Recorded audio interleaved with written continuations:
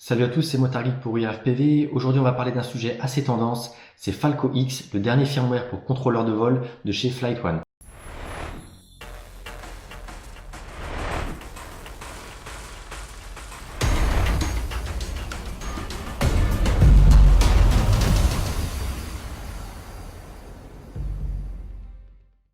Alors, suite au décès très prématuré de mes ESC 4 en 1 de chez Fetech, mon premier build avec un châssis Mark IV n'est plus opérationnel. Du coup, j'ai accéléré un petit peu le montage de ce deuxième châssis Mark IV à la place des ESC Mechabolt Freestyle que j'ai toujours pas reçu de chez Flight One et que j'ai annulé du coup. J'ai acheté des ESC de chez Airboat, les Furling 32, donc des 4 en 1, 45 ampères. Et au-dessus de ces derniers, j'ai mis une Revolt OSD classique avec tous les connecteurs. Et donc, j'en ai profité pour installer et tester Falco X. Et ça n'a pas été une mince affaire. À ce sujet-là, pour me servir de mémo pour cette vidéo, j'ai répondu à un commentaire sur le forum. Enfin, un commentaire, une discussion, plutôt une question de Nico56 dièse qui me demandait comment débuter avec Falco X suite justement à toute l'attraction qu'il y a autour et qu'il a pu constater. Et du coup, je me suis permis de lui faire une réponse qui n'est pas forcément la plus complète et la meilleure, mais c'est mon point de vue à moi par rapport à Falco X. Et donc, la réponse que je lui ai faite, elle est ici. Je vous mettrai le lien dans la description. Normalement, j'avais mis quelques points clés en gras, donc on va les relire ensemble. Donc, évidemment, Falco X est en version bêta, très peu avancé, je trouve. Il n'y a pas de configurateur. Alors, vous allez voir qu'on peut tout faire depuis l'OSD, mais ça limite l'usage forcément aux contrôleurs de vol, en carte de vol qui ont des OSD. Et c'est franchement, pour quelqu'un qui, comme moi, a un ordinateur à la maison, ne flash pas sur le terrain, ça m'est jamais arrivé, c'est plus lent. Je préfère faire 3-4 clics sur deux onglets pour tout configurer, sachant que je sais que mes moteurs sont dans le bon ordre, je sais dans quel sens ils tournent. Enfin bref, c'est pas le débat, et donc il n'y a pas de configurateur. Ensuite, c'est une bêta, on installe, on désinstalle des versions, on fait des essais de réglage. On ne peut pas sauvegarder de profil. Lorsqu'on flash, on perd tout et on ne peut pas restaurer ses anciens réglages. Donc il faut les noter quelque part, en prendre des photos, un DVR, tout ce que vous voulez. Il faut savoir qu'on ne peut pas enregistrer ces réglages. Ensuite, les ESC. Donc a priori, Bell Eli, ça fait le job, n'importe quelle version, S ou 32. L'idéal étant 32 et encore mieux avec un processeur de type F3. Après, il faut savoir que si on est sur du Bell Eli et qu'on n'est pas sur des Bolt ou Megavolt, la télémétrie des ESC, faut pas trop y compter, ça a l'air assez compliqué, j'ai quasiment pas trouvé de modèle qui fonctionnait. Et en tout cas, les Furling 32, il n'y a pas de télémétrie sous Falco X. Et du coup, moi je me sers de la télémétrie parce que j'ai toujours trouvé ça super précis pour la consommation des moteurs. Donc là, il faut se servir du capteur de courant qu'il faut étalonner et qui est très mal étalonné de base sur la carte. Donc pas de télémétrie des ESC, idem pour le capteur de tension, il est très mal calibré, donc faut faire ça rapidement avec un voltmètre, c'est plus simple que la conso. Ensuite, niveau télémétrie, ça me fait penser qu'il n'y en a pas non plus sur FrSky, pas de télémétrie FrSky. Dommage, j'aime bien recevoir la conso dans la radio et la faire parler lorsque j'ai dépassé le plafond. Pas de télémétrie FrSky, et si tu laisses le SmartPort branché, c'est comme sur la millivolt, j'avais oublié à ce sujet-là, ça empêche la carte de passer en DFU. Ceci dit, et au bon point pour Flight One, ils ont une base de connaissances qui est assez complète, pas suffisamment complète à mon goût, mais il y a quand même pas mal d'infos, et notamment cette petite info qui dit de débrancher le SmartPort lorsqu'on veut flasher une carte Revolt. Donc SmartPort à débrancher lorsqu'on veut passer en DFU, pas de black box, c'est dommage, sur la Revolt OSD il y a une black box. Je m'étais dit que ça me permettrait de lire les réglages et les sauvegarder parce que normalement lorsqu'on fait une black box, ça sauvegarde tous les réglages du contrôleur de vol. Mais là, elle n'est pas encore, j'espère, active sur Falco X. Et ensuite, les presets. J'ai fait un petit topic sur les presets, mais je pense pas qu'on va l'aborder dans cette vidéo. On verra par la suite lorsqu'on fera la configuration dans l'OSD. Donc là, ce qu'on va faire, tout simplement, on va flasher ma Revolt OSD qui est déjà sous Falco X, mais je vais vous montrer rapidement la procédure pour flasher Falco X, qui est donc en bêta publique depuis quelques semaines, voire mois. Donc on retrouve toutes les informations sur le site flightone.com/bêta. Donc j'ai affiché la page ici. Il faut récupérer un configurateur, non pas pour configurer Falco X, mais pour lancer le flashage de la carte. Donc j'ai déjà téléchargé, mais vous, faudra prendre la version qui correspond à votre ordinateur, Mac, Windows, Linux, 32 bits ou 64 bits. Et ensuite, il faut récupérer le dernier firmware de Falco X en version Flash DFU. Il y a même une petite documentation qui explique tout ça en anglais. Et chose que j'apprécie moi, c'est un changelog entre chaque version. Juste, je trouve ça dommage qu'il n'y ait pas de date sur les sorties des versions, mais bon, voilà, peu importe. Donc, moi, j'ai déjà tout téléchargé. Avant tout, je vais débrancher donc mon buzzer, parce que c'est un Wi-Fi qui hurle et ça va réveiller tout le monde à la maison. Hop. Donc, j'avais jamais monté jusque-là de contrôleur de vol en full connecteur. Je sais pas ce que ça va donner dans le temps, si ça s'use, ça s'abîme, ça s'arrache ou quoi, mais c'est vrai que c'est super pratique, notamment là, bah, je débranche mon buzzer comme je veux. Même si je peux le débrancher côté VFly, là la prise n'est pas accessible côté VFly, donc je débranche côté contrôleur de vol. Et même chose de l'autre côté, j'ai mon récepteur radio FR Sky, donc il faut absolument que je débranche pour pouvoir avoir le mode DFU. Donc tout ce qu'il faut, bah, c'est commencer pour flasher par brancher le contrôleur de vol à l'ordinateur. Ensuite, évidemment, il faut lancer le logiciel Flight One. Donc a priori, n'importe quelle version devrait suffire, puisqu'il faut juste flasher, il ne faut pas configurer Flight One.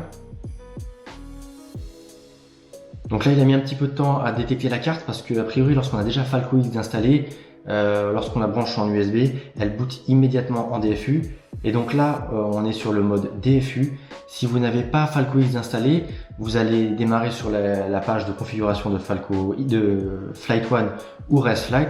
Et dans ce cas-là, il faut cliquer sur le bouton Update Firmware. Ensuite, de mémoire, il y a 3 méthodes pour mettre à jour le firmware. Et il faut cliquer sur la méthode DFU. C'est logique, c'est simple. Si je peux essayer de trouver des captures d'écran à mettre au montage. Donc là, on clique tout simplement sur Update Firmware. On veut pas mettre de version stable. On va chercher la version qu'on a téléchargée au préalable. La version, elle est dans mon dossier de téléchargement. Voilà, c'est le fichier FLX Revolt, donc version 10.04.12.20 et c'est un fichier .bin. Donc on l'ouvre. Il efface la puce. Ensuite, il écrit le firmware, Writing Data. C'est relativement rapide, je vais vous laisser ça à la vitesse normale. Il n'y a pas de raison de l'accélérer. Voilà, ça touche à sa fin. Ça vérifie les données. Et là, normalement, c'est terminé. Donc il va falloir redémarrer le contrôleur de vol donc avec une lipo et allumer un petit écran. On va faire ça tout de suite. Je vais le débrancher de l'USB. Hop, on va plus avoir besoin de l'ordinateur.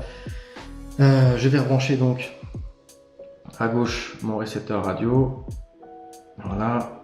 Et le buzzer, je vais pas le laisser, je vais pas le rebrancher parce que sinon il va nous casser les oreilles. Je vais brancher mon écran. Hop. Je vais mettre en route un petit DVR externe sur l'écran de mon FatSharp Transformer HD. Voilà, le DVR tourne. Là, bien évidemment, j'émets rien. J'ai une lipo qui me sert sur le banc, une vieille Airline format square qui n'était pas pratique à mettre sur les quads. Elle est bien chargée.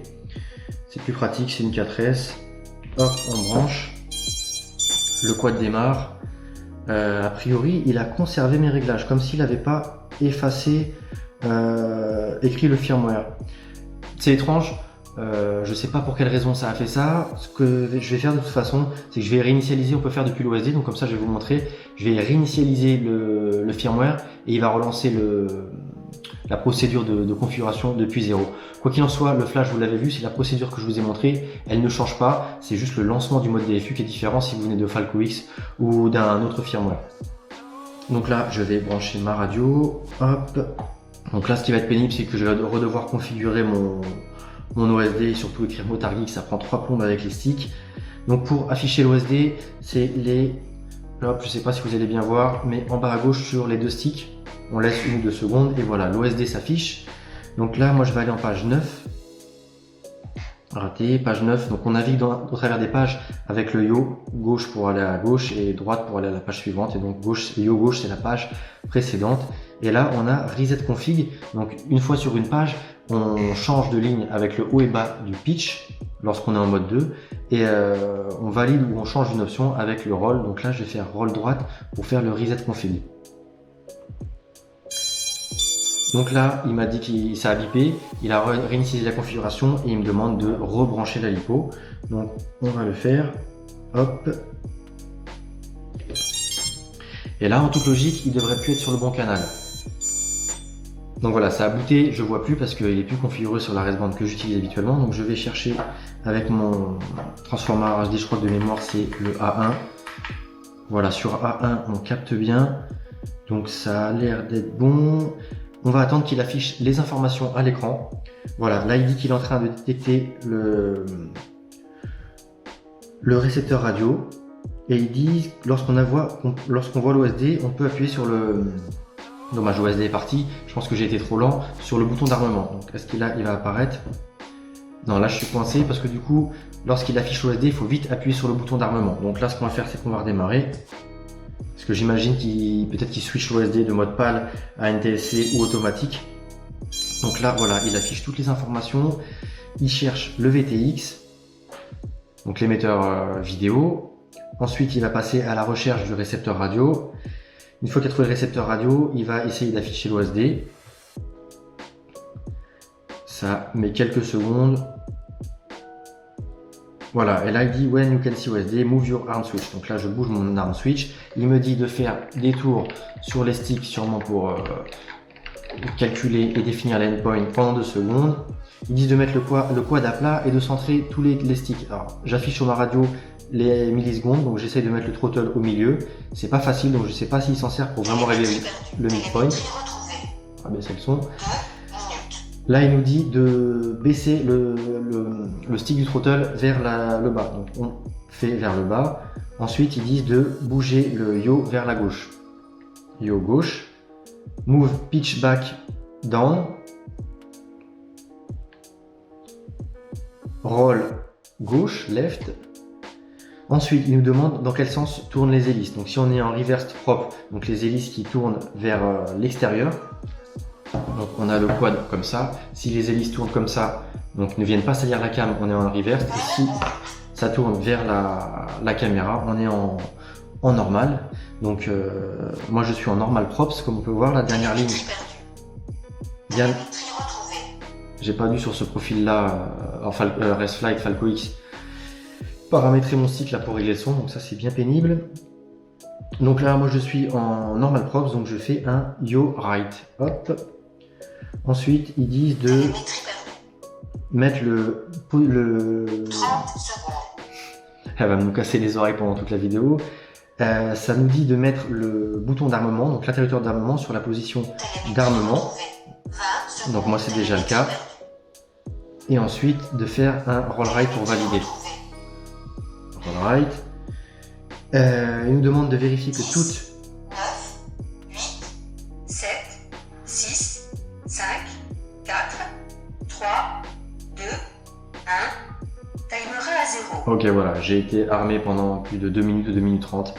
Bref, c'était la petite blague de la vidéo. Il nous demande de vérifier qu'on a bien enlevé toutes les hélices sur le quad. Donc moi, j'ai pas les hélices, donc je peux faire un roll right et yaw left, donc les deux sticks vers l'extérieur.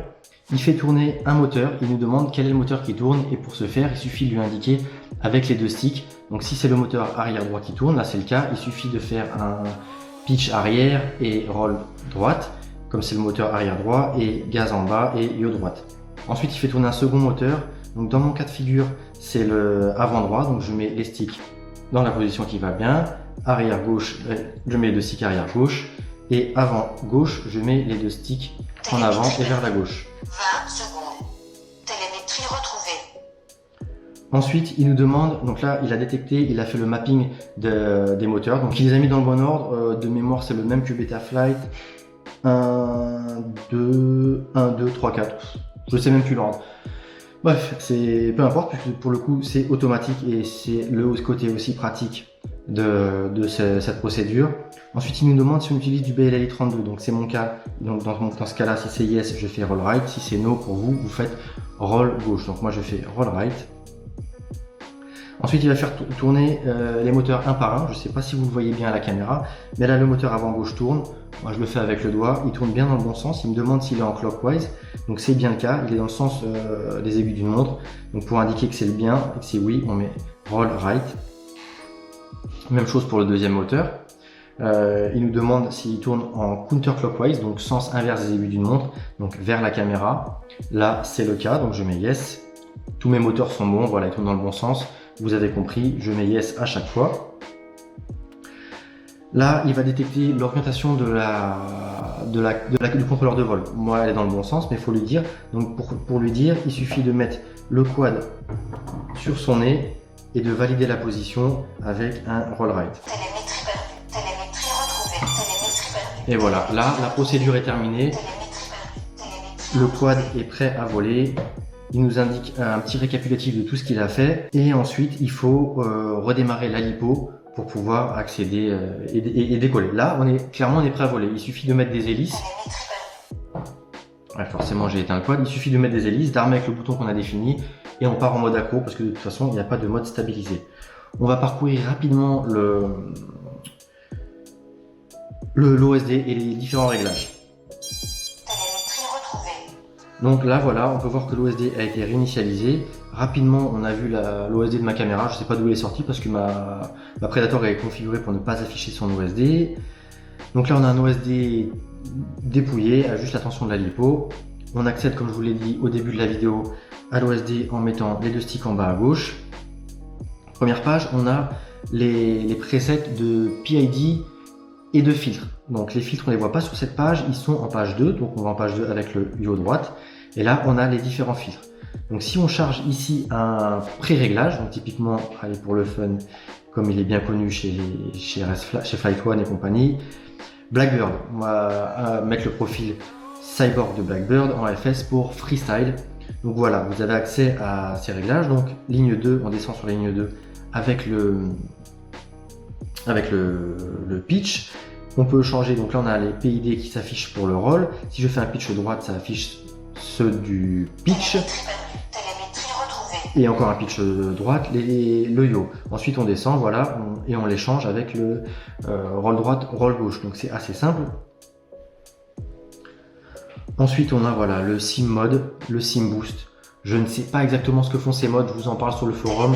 Voilà, c'est pas hyper intuitif je trouve. Bon voilà, il faut que je m'y mette. On a le whisper, le centre de compensation du centre de gravité, smooth stop qui est activé par défaut je crois. On peut le voir tout de suite si on recharge. Non, il est désactivé aussi.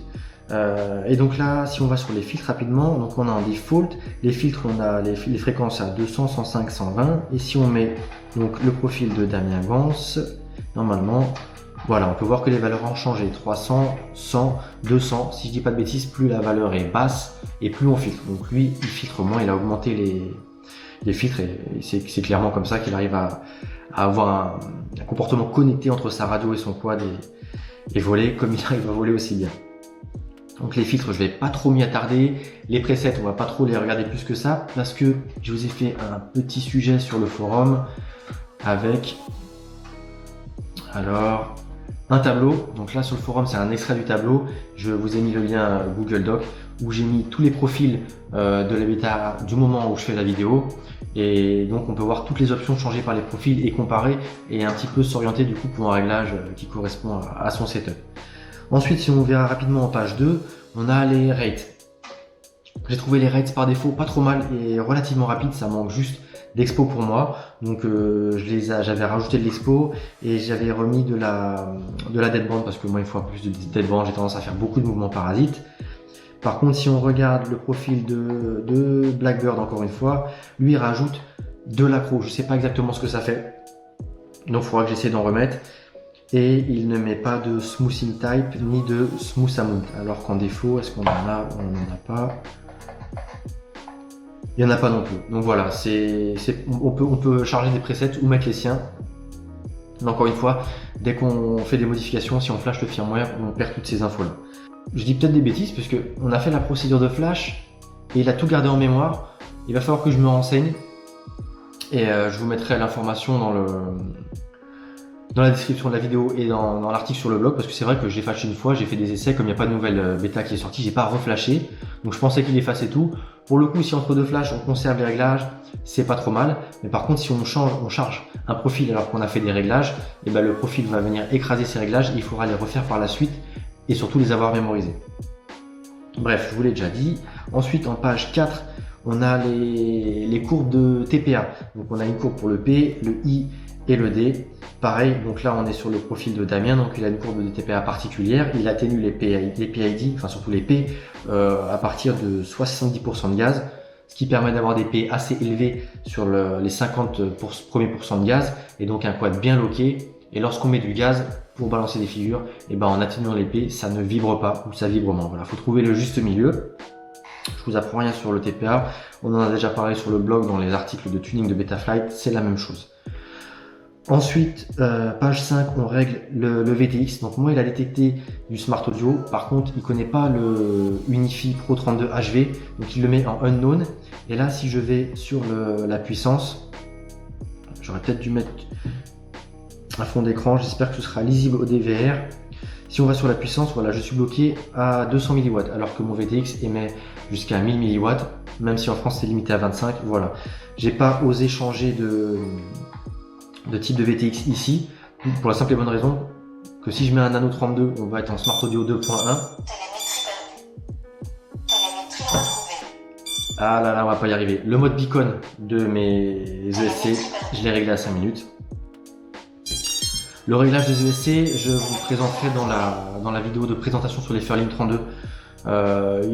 Damien et compagnie, Preston et toute la team de Flight One les répètent à longueur de temps sur le groupe Facebook, donc vous la retrouvez facilement. Rapidement, le moteur timing en 6S, c'est automatique. Des Mac compensation là-haut ou off en fonction du comportement des moteurs. Et PMW à 48 kHz ou 32 si vous voulez un comportement un peu plus direct, connecté au quad, alors que 48 a priori c'est plus smooth. Donc on va rafficher une dernière fois l'OSD pour finir de parcourir les pages. Donc on était sur les peak curves, donc les TPA, les réglages du VTX. Voilà, c'est du bêta, il n'y a pas encore tous les modèles de VTX, mais ça fonctionne. Là d'ailleurs, si je change donc si je passe en A2 et que je fais un 7, on va perdre la vidéo. Et là, tout bêtement, je passe sur le A2 et on retrouve la vidéo. Donc on le set et après, il ne faut pas oublier de le sauvegarder sur le firmware parce que si on reboot, il ne sera pas en A2, il va revenir en A1. Ensuite, le réglage des LED. J'ai pas de LED, enfin j'en ai sur mes racewires, mais elles sont automatiques, elles changent de couleur, enfin d'intensité en fonction du courant qui passe. Ensuite, on a le voltage offset et l'échelle du capteur de courant. Donc ça, c'est ce que je vous disais en introduction qu'il faut régler. Donc pour la tension, c'est simple. On branche un testeur de LiPo, on voit la tension mesurée et par rapport à celle affichée, on fait une règle de 3 et on trouve l'offset à mettre. Même chose pour le capteur de courant, sauf qu'il faut voler un petit peu, mesurer la capacité, enfin la charge de la batterie avant le vol et ensuite après le vol. Et encore une fois, on fait une règle de 3 et on applique l'échelle, le scale qui va bien pour avoir la bonne valeur dans l'OSD. Pareil, ce sont des sujets qui ont déjà été abordés, je ne vais pas m'y attarder là. Page 7, le réglage des ESC. Alors j'ai lu des choses assez différentes sur les réseaux sociaux, mais il semblerait quand même qu'on puisse bien voler en D-Shot 64 avec de bons ESC F3. En tout cas, moi j'ai fait plusieurs lipos en D-Shot 64 avec les Fairlink 32 et clairement mes moteurs chauffaient moins et j'ai trouvé que c'était plus smooth. Après, j'ai pas passé beaucoup de lipos et j'ai essayé de trouver des réglages qui convenaient à mon setup en 6S. Rapidement, en parlant de setup 6S, si vous cherchez 2207, 2208, 6S sur le groupe Facebook de FalcoX ou le channel bêta du Discord de Flight One, vous verrez que de nombreuses personnes se plaignent du manque de presets et de réglages par défaut très inadaptés au 6S et en tout cas au gros moteur. Ça volait par défaut, les moteurs ne chauffaient pas tant que ça, mais ils faisaient un bruit pas joli et j'avais des énormes rebonds en fin de flip. Si je retrouve mes recordages, je vous les mettrai rapidement là pour que vous puissiez voir ce que c'était. J'ai essayé différents presets, il n'y en a quasiment aucun qui fonctionnait dans ceux par défaut. J'en ai essayé sur internet, on a Mike qui sur Facebook s'est fait aider de Damien justement pour régler son 6S, qui a partagé ses réglages. Ça volait super bien, un très très bon feeling au bout des sticks, mais mon moteur était brûlant. A priori depuis il est passé en filtre dynamique, donc moi j'essaierai de mon côté également. Voilà, la communauté s'entraide. On a Tariq aussi qui a posté ses PID, donc voilà, chacun peut poster, ça fait une base de départ et après il faut adapter à son feeling et à sa machine. Donc c'était la partie 6S, pas forcément très compatible avec FalcoX. en réglage par défaut et ensuite tuning à effectuer qui est pas facile. Donc le SC protocole, on peut passer en DShot 64. Si on passe en DShot 64 ici, il va nous demander de redémarrer la batterie et surtout faites ça sans hélice la première fois, on sait jamais que ça s'emballe. Et le premier vol en DShot 64, faites-le tranquillement, pas trop quand même, prenez pas trop de risques parce que si ça part en dead roll ou en D5 ou autre, vous allez casser votre matos. Ensuite on a le min throttle. Et voilà, comment là on peut lancer les moteurs pour qu'ils tournent. Là, j'ai pas d'hélice, il me demande de faire un roll left, tout confirme. Non, raté. Voilà, il fait tourner les moteurs au ralenti, c'est pour vérifier qu'ils tournent suffisamment, sans quoi il faut augmenter le idle person. Donc là, moi, ça tourne bien à 5, peut-être mettre un petit peu plus pour pas que ça flotte trop dans les airs lorsqu'il y a du vent. Mais bon, pour le moment, j'ai laissé comme ça. Et ensuite, voilà, on fait stop motor. Et ensuite, ici, raté. Hop, on peut inverser facilement le sens des moteurs. Si on a changé un moteur parce qu'on a eu une casse et que ce moteur ne tourne plus dans le bon sens, on a le front left, front right, rear left, les RL, RR, FR, voilà à quoi correspondent les abréviations. Et donc ça permet de changer uniquement un moteur sans relancer tout le wizard de configuration. Et ensuite, si jamais vous voulez tenter la télémétrie BLLI, bah voilà, vous l'activez ici. On revient avant-dernière page. Là, c'est là qu'on va régler les modes. Donc, ce qu'on peut faire rapidement, je vais vous montrer comment régler le mode Turtle. Donc, le mode Copa chez Flight One. Donc là, on choisit le mode qu'on veut régler. Mode Copa. Et ensuite, il nous demande Setup Mode. Donc là, on va sur Setup Mode et on fait un Roll Right. Il nous demande d'activer le switch qui va faire le Turtle Mode. Donc moi, je mets celui-ci. Il le détecte. Il me dit que c'est le canal 5. Il faut le mettre sur la bonne position du Turtle Mode et on valide tout simplement avec un Roll Left. Hop. Et là maintenant j'ai le Turtle Mode qui est sur ce bouton là. Donc c'est très simple, on paramètre ses auxiliaires depuis l'OSD. Mais encore une fois, c'est quelque chose qu'on fait facilement en quelques clics sur le configurateur. Bon, c'est un plus de pouvoir le faire, mais c'est dommage que ce soit limité uniquement à l'OSD. Ceci dit, j'ai cru comprendre que le configurateur arrivait dans quelques semaines, le configurateur, donc ça va en sauver plus d'un, moi le premier, et surtout tous ceux qui n'ont pas de Revolt OSD, parce que sans OSD, pas de Falco X. Ensuite, on peut régler l'OSD, donc l'OSD on rentre dedans avec Roll Right, on se déplace voilà, avec Roll Right et Roll Left pour aller sur un emplacement, et ici si typiquement au milieu de l'écran on veut mettre quelque chose, on a, donc là c'est le pilot name qu'on peut changer ailleurs dans les réglages. La télémétrie des ESC, moi il remonte rien, le régime moteur, et après bah, on a quand même, voilà, ça marche pas, pour moi c'est toujours à 100%, le nombre de cellules, la tension de la batterie, le chronomètre, donc P Power, donc 6 minutes que j'ai allumé la batterie, F, j'ai pas su à quoi ça correspondait, je me dis que c'est flight time, A c'est armé. Par contre, dès qu'on désarme, le chronomètre se reset. AC, c'est armé cumulé. Et donc, du coup, on peut armer, désarmer. À la fin du vol, enfin, dans l'OSD, on aura la durée totale d'armement. Et là, on a fait le tour. Voilà, le statut qu'on a déjà là-haut d'armement. Et la petite pub Falco X. Ça, on peut pas le modifier, mais on peut l'afficher ou pas, le logo Falco X. Et on sort avec un IO gauche. Upload font, j'ai pas testé, je sais pas comment ça marche, je vois pas comment on peut balancer des polices pour l'OSD.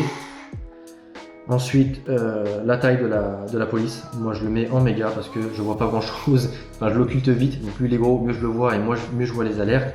L'armement, simple ou double, je trouve que c'est très bien et c'est très sécurisé de faire un double armement par défaut sur Flight One, Falco X, Race Flight. C'est plus sécurisé et ça ne monopolise pas de deuxième canal avec le pré-arm qu'on retrouve sur Betaflight notamment. Voilà le pilot name comme je vous le disais, donc là il faut se déplacer d'une lettre à l'autre, là on est sur le F et voilà, avec le stick. Alors, on n'est pas sur une manette de jeu, hein, c'est pas pratique, il faut aller en haut, revenir au centre, c'est lourdin que je trouve. Les options de spin fix, donc là il faut venir tout à gauche et voilà, spin fix, max error, saturation recovery, je ne sais pas à quoi correspondent ces réglages, donc je ne vais pas vous en parler ni vous conseiller quoi que ce soit. Et ensuite voilà, on peut sauvegarder, quitter, resetter la configuration ou tout simplement quitter sans sauvegarder. Si on quitte sans sauvegarder, il nous demande si on veut vraiment ne pas sauvegarder. Dans ce cas là, on fait un roll left, un roll right, pardon, c'est le roll right pour valider, et sinon on fait un roll left et on revient, et donc on peut faire un... Hop. Eh ben, c'est pas la première fois que ça me fait ça, des fois quand je navigue dans les quitter, sauvegarder, voilà, là j'ai perdu la main, je sais pas ce qui se passe à l'OSD, je sais pas ce que je fais. Télémétrie perdue. Voilà, je bidouille tout et n'importe quoi, donc quand ça bug comme ça, ce qu'il faut mieux faire, c'est enlever la lipo, Télémétrie perdue. rallumer le tout et refaire les réglages correctement. Donc voilà, c'est pas si compliqué que ça, il y a quelques points noirs. Une fois qu'on a trouvé quelques bons réglages, quand même on a un bon feeling sur Falco X. Après, j'ai rien trouvé de révolutionnaire. De toute façon, un contrôleur de vol, c'est un contrôleur de vol. Lorsqu'on y passe un petit peu de temps à le régler à sa sauce, on se fait plaisir, que ce soit Betaflight, KISS ou Falco X. Jusque là, je préfère la simplicité de KISS. Aujourd'hui, le hardware m'a fait défaut. Donc je vais passer un petit peu de temps sur Falco X et je vous ferai de toute façon un petit retour régulièrement sur le forum, donc n'hésitez pas à nous y suivre. Si vous avez du Falco X, des setups, n'hésitez pas à partager tout ça dans les commentaires de la vidéo, même pourquoi pas les réglages de vos profils, ça pourrait servir à d'autres. Et sur ce, n'hésitez pas à me dire ce que vous avez pensé de la vidéo, si elle vous a plu, comme d'hab, le petit pouce bleu, le partage, le commentaire, ça nous aide. Et donc sur ce, je vous dis à très bientôt sur la chaîne. C'était Motard Geek pour We Are FPV.